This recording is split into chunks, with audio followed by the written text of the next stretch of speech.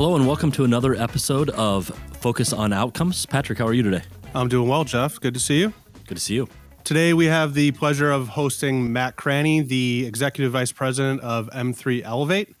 Matt is a partner and Executive Vice President of M3 Elevate, a division of M3 Insurance with specializations in business insurance and employee benefits for growing companies, personal lines, and Medicare.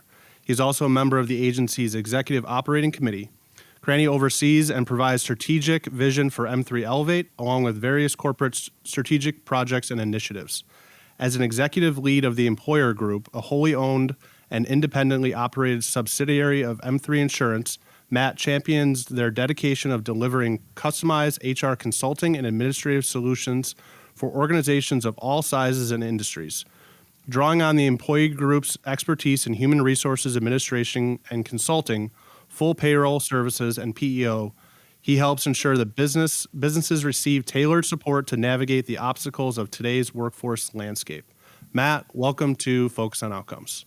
Thanks for having me, Patrick. Jeff, looking forward to our conversation. That's great. So you host your own podcast. I was on your podcast. You're in a different seat now. Yeah. How do you feel about being on the other side of the mic? Yeah, this is a little bit weird, to be honest with you. So if this flips halfway through and I start asking you boys questions, just know that you can feel free to reframe it right back. So that sounds good.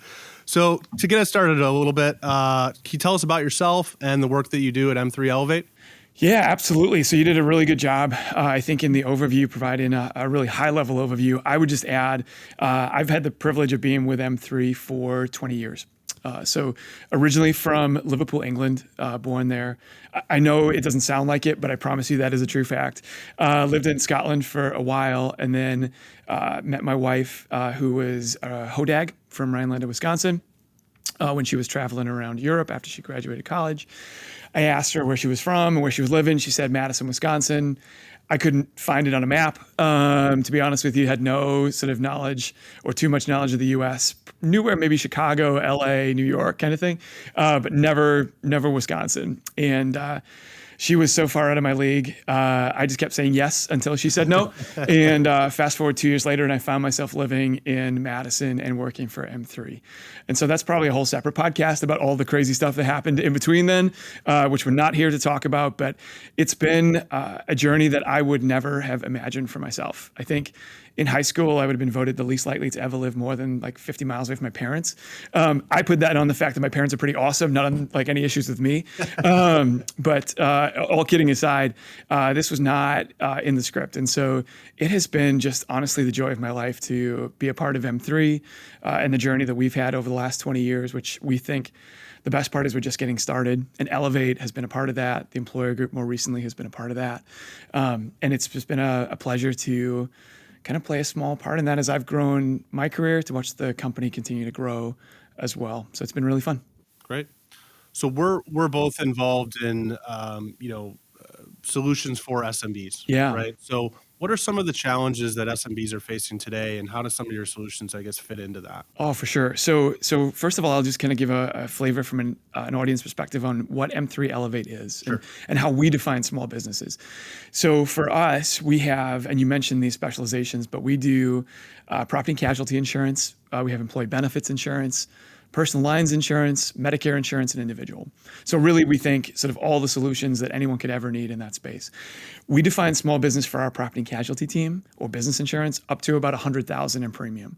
So that's a pretty big range, right? From companies that we would say are spending, just getting started and maybe buying their first, what we call a BOP, a business owner's policy, for maybe $1,000, $2,000, all the way up to a company that has $100,000. On the employee benefit side, we cover companies that have 2 to 50 lives. So we try to line up with the unique needs that employer segment has and be able to provide customized solutions that we can for those employers in those spaces.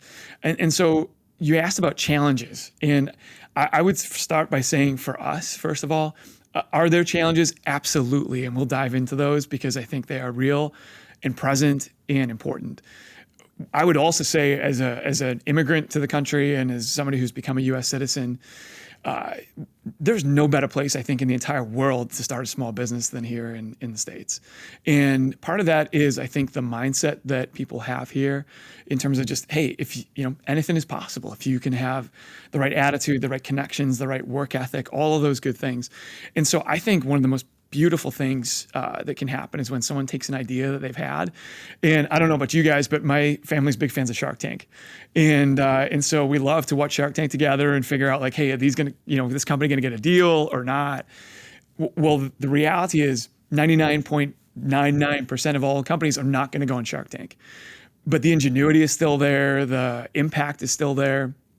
I think it's the USBA, Small Business Administration, that defines small businesses 500 employees or less, which is big, I think.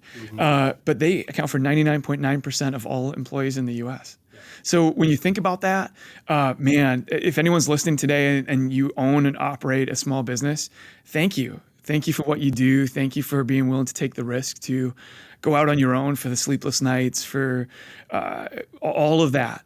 My hope is for those who are maybe a little bit further along and more mature in that journey, that they would listen to this and say, but it's been worth it. And so if you're in that early stage of the journey, hang on. Because as we're about to cover, there are some real and present challenges, right?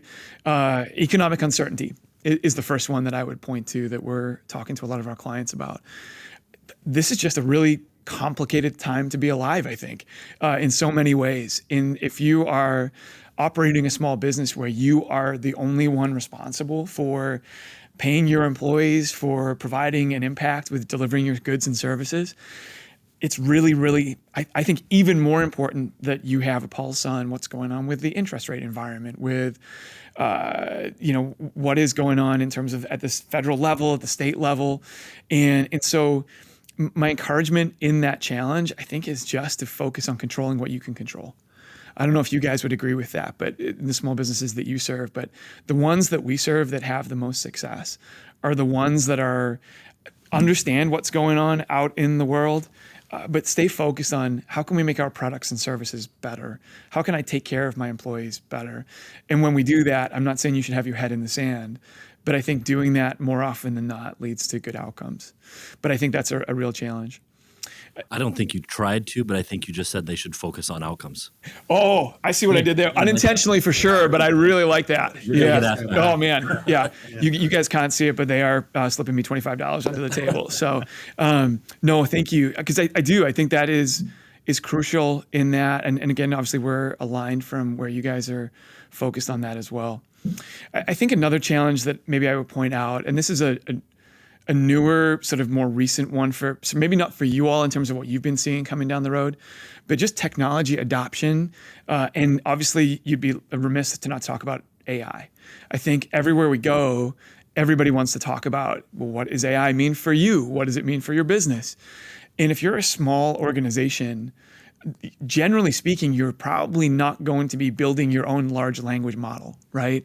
You're going to be leveraging tools and resources that are out there. And again, in that sort of really small business standpoint, this might not be your specialty, right? You might wake up every day thinking about, hey, I'm a woodworker. Hey, I'm providing custom gift boxes to employees of other organizations. I'm not necessarily thinking about how is the world different from a technology perspective. And so one, I think the encouragement that I have inside of this is, make sure you have the right partnerships with people like you all at Levity, people like us at M3 Elevate to manage some of those risks from a technology perspective because they're out there. I think the second encouragement that I would have is, again, very similar. Don't keep your head in the sand. Learn as much as you can and focus on how and why technology can impact your business operations. Can it make you more efficient? Can it make you more effective? I think there's what's the phrase that, we shouldn't be worried about AI taking our jobs. We should be worried about the people who can leverage AI taking our jobs. Right. And whether that's literally true or sort of just anecdotal, I think there's some wisdom in that statement. And I think it is learn as much as you can, read as much as you can, listen to podcasts as much as you can, maybe find a way to start small. Maybe it's opening up a ChatGPT or a Gemini to help you write a difficult email that you're struggling with, and just starting there. And if it's something that, again, even that sounds scary, then reach out to partnerships and networking groups in your industry or affinity groups in your industry, and the strength in numbers, right? You're not the only one struggling or thinking through this. Maybe the last challenge that I would talk about is, I think, just staffing broadly. I think, whether that's employee attraction, retention, and I think we'll talk a little bit about this when we talk a little bit more in a few questions time about our relationship with the employer group and how they've been able to impact small businesses. This is a huge, we have a phrase at M3, we are a talent business. And so our number one, number two, number three to infinity priorities are talent, talent, talent, and talent. What are we doing to find the best talent? What are we doing to develop the best talent? And what are we doing to retain the best talent?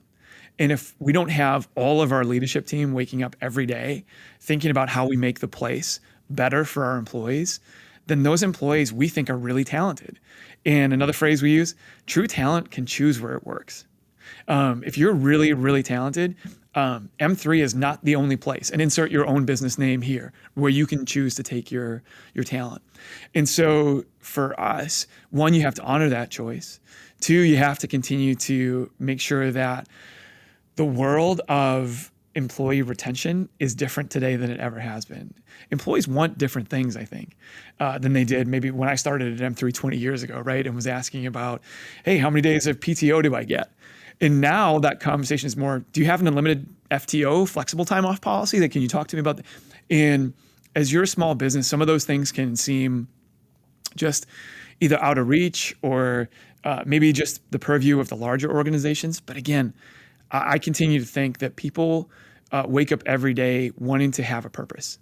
And if we can, as professional organizations and small businesses, provide that purpose, then I think people will come to work.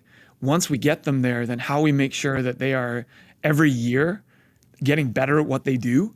And then every year we're thinking about how we become a better employer for them. Man, I think that's where the power of small businesses really kicks in, because if you can have the best talent working on the best purpose, watch out. And kind of a multiplier effect that starts to take hold. Yeah. Oh gosh, absolutely. Right. Like we talk about, the hardest thing in the world, I think, is to take nothing to something. Mm-hmm. It's really hard to go from 0 to 1. Once you get to something, it's much, much easier to get to something bigger, right? That's the flywheel effect that they talk about in Good to Great. And so, wherever you're at in that flywheel, whether yours is starting to move with some pace and you're feeling really good, whether you feel like you've been pushing the flywheel forever and it's not moved at all, keep pushing, right? And it's things like we've talked about here, I think, from a talent perspective, that can help get that flywheel moving. Because if you can get one incredible employee, if you're a solopreneur and you get your first employee, you can go get a second, right? And you can get a third, and you can get a fourth, and then suddenly it's like, wow, we're at 15 employees. How did that happen? And that's the beautiful thing, I think, you talked about, of getting that flywheel moving. Great.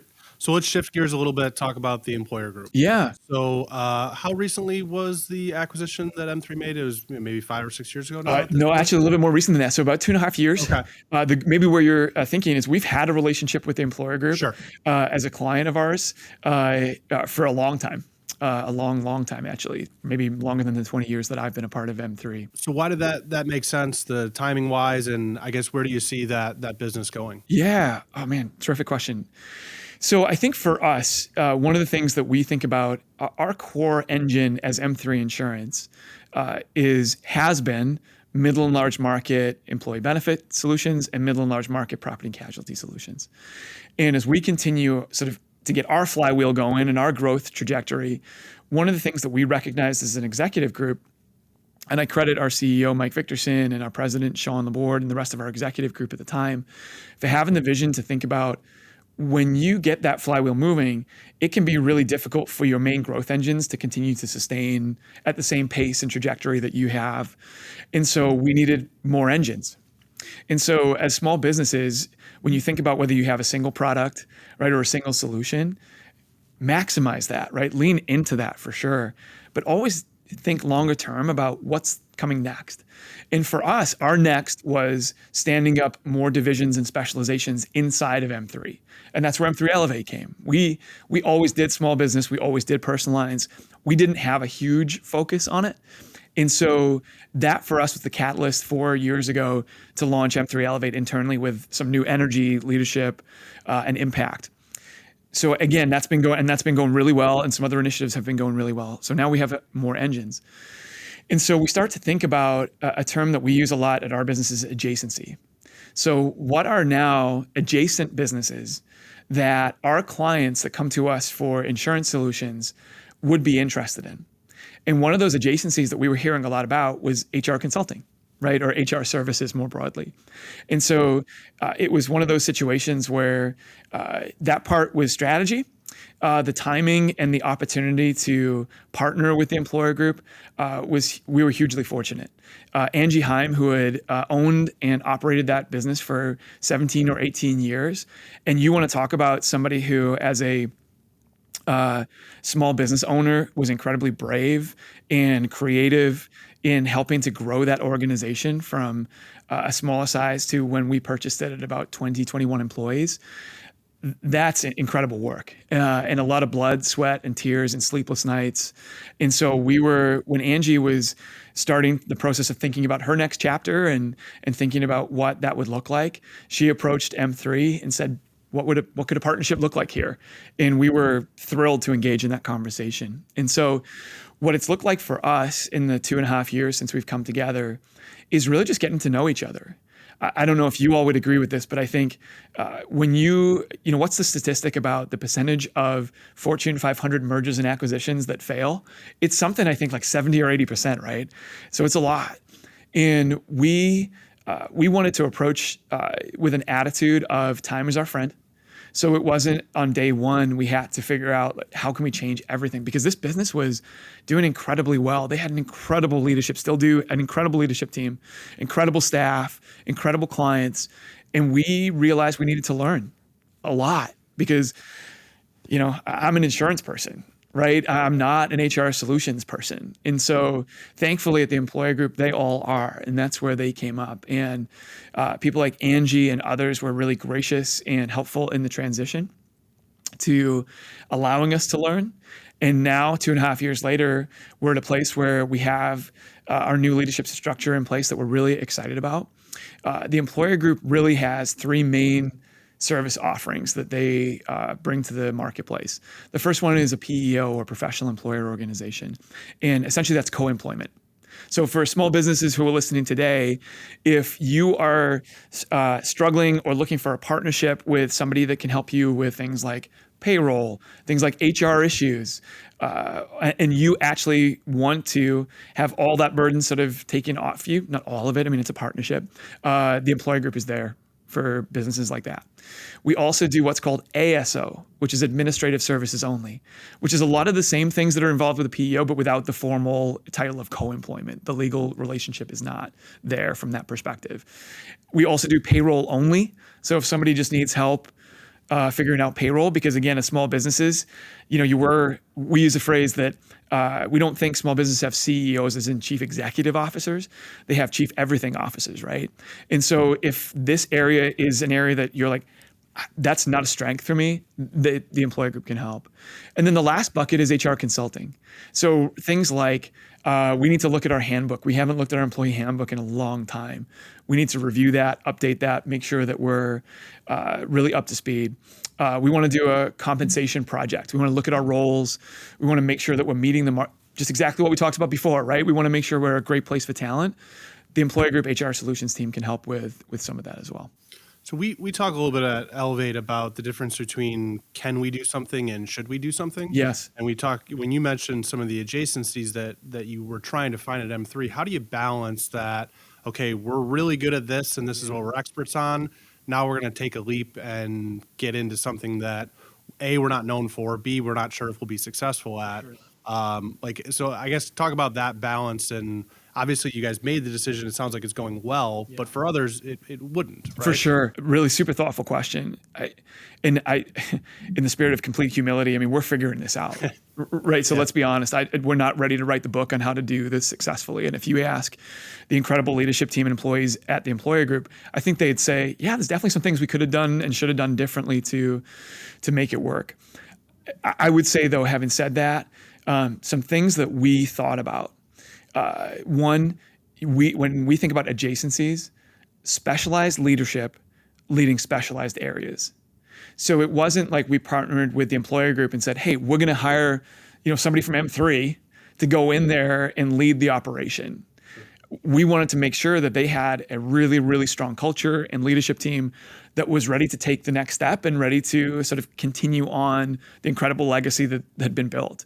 So we felt like we had specialized leadership. We also have another adjacency that we have stood up called Ethica Pharmacy Solutions. And so again, you can see the adjacency, right? We do employee benefits and pharmacy benefit spend is a huge spend for a lot of employers. We were able to find an incredible leader who came in from outside our organization with decades of experience in that area. And what we could provide were the structure, marketing, IT support, all of those things that could come around. But we weren't in there on day one saying, hey, Connie, here's exactly how you should build a business plan to grow a pharmacy benefit manager. And so that for us is one of the big critical things we think about specialized leadership. I think for us, it's really honoring to the definition of adjacent. If M3 says, hey, we have an HR consulting partner, our hope is that people look at that and go, yeah, I guess that kind of makes sense, right?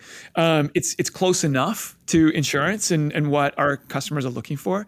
If we had launched a sports marketing business, my hope is that our clients would have been like, cool, but I don't see any connection there. Like, that's not adjacent. That's in another parking. Like that's a Walmart parking lot away from what you do. And no matter, I think, how specialized the leadership would be, that would be a stretch. Sure. I think. So they're the two things that I think we think about when we're thinking about those adjacencies and whether they're a right fit for us. Sure. That makes sense. So let's shift a little bit, talk about HR consulting. Yeah. Right. So, and maybe this is best question for Angie and not for you because you're kind of new to this, but how has HR, I guess, changed or evolved? Like the expectations of a business owner of their HR department or of a, just a staff member, what do they expect from HR today and how has that changed? Where's it going? Yeah, no, it's a great question. And I can answer it from the perspective of the employer group. I can answer it from M3's perspective. I mean, we've grown in the last 20 years from about 75 to 100 employees, and we'll close at 500 employees this year. And so for us, HR really is, I think, the heartbeat of the organization, right? In terms of, because again, everything we talked about before about how we provide that environment to care for the talent that chooses to come to M3. And when I think about the role of an HR practitioner, and I think about complexity, it is, I'm sure there were complexities 20 years ago. I know there were. Today, it's infinitely more complex, I think. And I hope HR practitioners out there would agree. Part of the reason for that, I mean, let's take a really relatively recent example. So let's look at what has happened to remote work since COVID. So and again, this is not a conversation around return to office or flexibility or all those things. Again, that's another separate episode. I would just say this. Think about in COVID, employers that said, oh, we can now hire across the country. So I can have a remote employee who works for us in insert state here. Well, from an HR perspective, that's a whole different set of regulations, a set of different rules that you have to follow. And when you think about a business, even a small business, if you have 6 to 10 employees, could they be in 6 to 10 states, depending on the strategies that you've employed? Absolutely, right? And a plug for you all, I mean, from an IT perspective, the risks and the challenges there are infinitely more complex as well. And so I think about how you build an HR culture that supports employees across all those states. It can be done. And I think there's some fabulous examples out there of companies that have been really creative in doing all that, but I think it's hard. And then you think about, from an HR perspective, how do you administer benefits? Right? How do you continue to listen to the voice of your employees when those employees are increasingly geographically spread, potentially. If they're not geographically spread and you're listening to this, they're certainly more age spread. I mean, I think this is the first time that we have 4 or 5 different generations in the workplace all at the same time. And what you need as you're approaching retirement is very different than what you need as a 20-some-year-old right out of college. And how do you make those decisions about what's important from a benefit perspective? Because yes, we want to be customized, but there's limits to how that can be done. I think the third and maybe the last thing that I would say about the complexity that has come into the HR realm, I think it's about what employees look for just from an organization. So when I came into the business 20 some years ago, it was really about, you're going to earn your stripes, right? You're going to work at this job for a number of years. You're going to learn how to be an underwriter. And then maybe one day you can be a senior underwriter. And then maybe one day you can, and that was sort of the path. Now we have employees coming in right out of college saying, I need to go much faster than that. I need to go quicker than that. I need my compensation and my benefits to continue to keep pace as we do that, but also have a really correct learning and development environment that is actually able to teach these people the things they need to know, right? And so being able to hold that intention from an HR perspective, that's where, again, if you're a small business, partnering with someone, whether it's the employer group or other outsourced HR solutions, to bring in wisdom and advice, I think is really critical. Just to think through those questions, to think through how you can have the best kickball team, right? Because from a staffing perspective, that's what you're trying to do. That's a phrase our CEO, Mike Victorson at M3 uses a lot. We're just trying to build the best kickball team. But if you have the best kickball team is going to want to be taken care of. And so from an HR perspective, I think that's where, whether it's, doing a handbook, or as simple as a handbook review to make sure you have the right policy, like what's the dress code policy? That's super simple, right? But when I started at M3, there were pictures in our handbook about dress code, right? Like do this, don't do this. Now it's more, we have a dress for your day policy. So how do you enforce that, right? What are the right conversations if, Patrick, you're not doing a good job with that, right? And I'm also not doing a good job, but you're doing a great job, Jeff. Like that's having partners to just talk that through and be able to be really thoughtful and connect your decisions to a strategy. To again, go back to what we talked about, Jeff, outcomes, right? That's really, I think, the most important thing. So it's evolving constantly. We don't see HR as a static problem to be solved. We see it as a tension to continue to manage, right? And again, don't misread that as a bad thing. It's just something that you can never, it's a living thing. And so you have to constantly be focused on and attentive to it. Great. Yeah, that's a great conversation. Really appreciate all of your insights. I think to summarize, some guidance would be for a small to medium business owner is focus on what you do really well, the problem that you got into the business to solve. Yes. Stay focused on that. And there are partners and there are other organizations to help you with the things that the business needs. That's right. That maybe aren't focused on that, whether it's payroll, HR, all the things around what M3 Elevate provides, or technology, business planning, security, all of the things that Elevate provides. There are partners that can help you through those legal services. Exactly. There's a laundry list of those types of things. So you don't have to take it all on your own. Exactly. Focus what you got in the business for to begin with, and lean on experts to help you with the other things. Absolutely. Well said. Now let's move on to an unfocused outcome section. We like to have a little fun with this.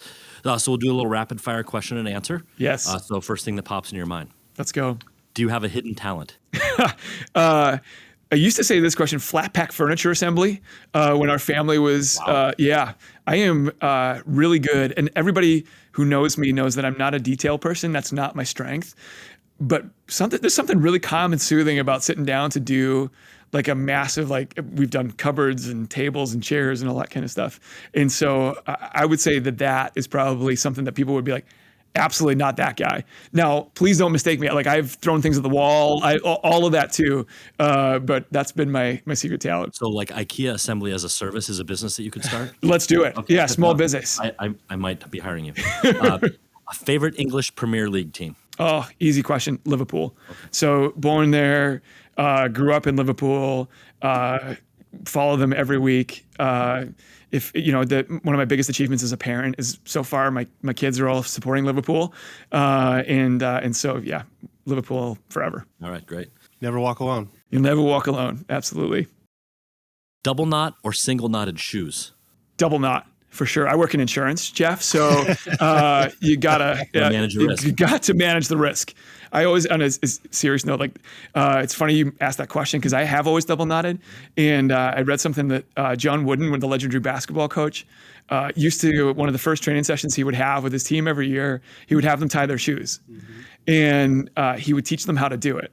And I think it was Kareem or somebody he had at UCLA was like, coach, this is stupid. I can tie my shoelaces. I'm 18, I'm 19, I'm 20. And he said, here's the deal. I want to teach you to do it right now so that in a game, it's not going to come undone and you have to get out of the flow of the game. And so those small 1% things make a big difference. That's more than you wanted, but double not. Yeah, very good. Best book you've read in the last year? So one book that I haven't read, but I'm really excited to, I'm a big Mel Robbins guy. I don't know if you've heard Mel Robbins. She's amazing. She wrote a book called Let Them. And so one of the things that I have at times struggled with in the past is people pleasing. And this Let Them theory is about that. So that's the next one that's on my book stand. But I would just put a plug in for Daring Greatly by Brené Brown. Was a really important book this year for me and worthy of a read. Read out of a book or Audible? Always read out of a book. Okay. Yeah, well. this is Patrick and I were talking before we started recording on what are the questions that elicit like a really strong reaction. This is one for me that has a strong reaction. I love the fact that for people who maybe don't love the heart, like having a book in your hand, but I have to have it. I have to highlight things. And again, that's just been my preference. All right, good. What is your favorite part of living in Madison? My absolute favorite part is someone who moved here with no networking connections outside of just a couple of people. People are really incredibly friendly here.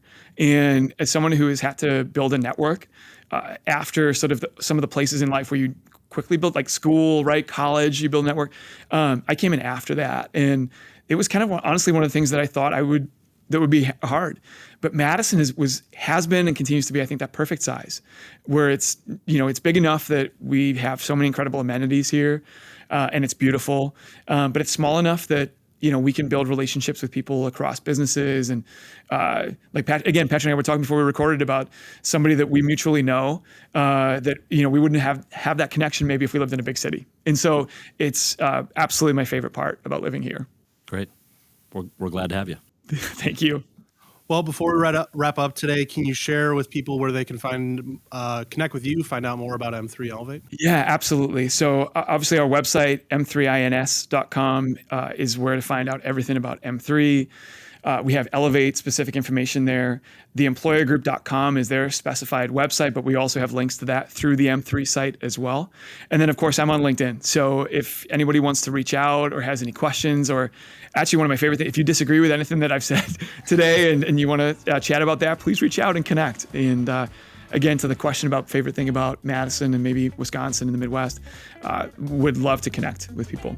Great. Well, thank you for being on here. You have an infectious passion for life and what you do. We have always enjoyed talking to you, so thank you for being on the podcast today. Oh, thanks for having me, guys. I've really appreciated it. Thank you.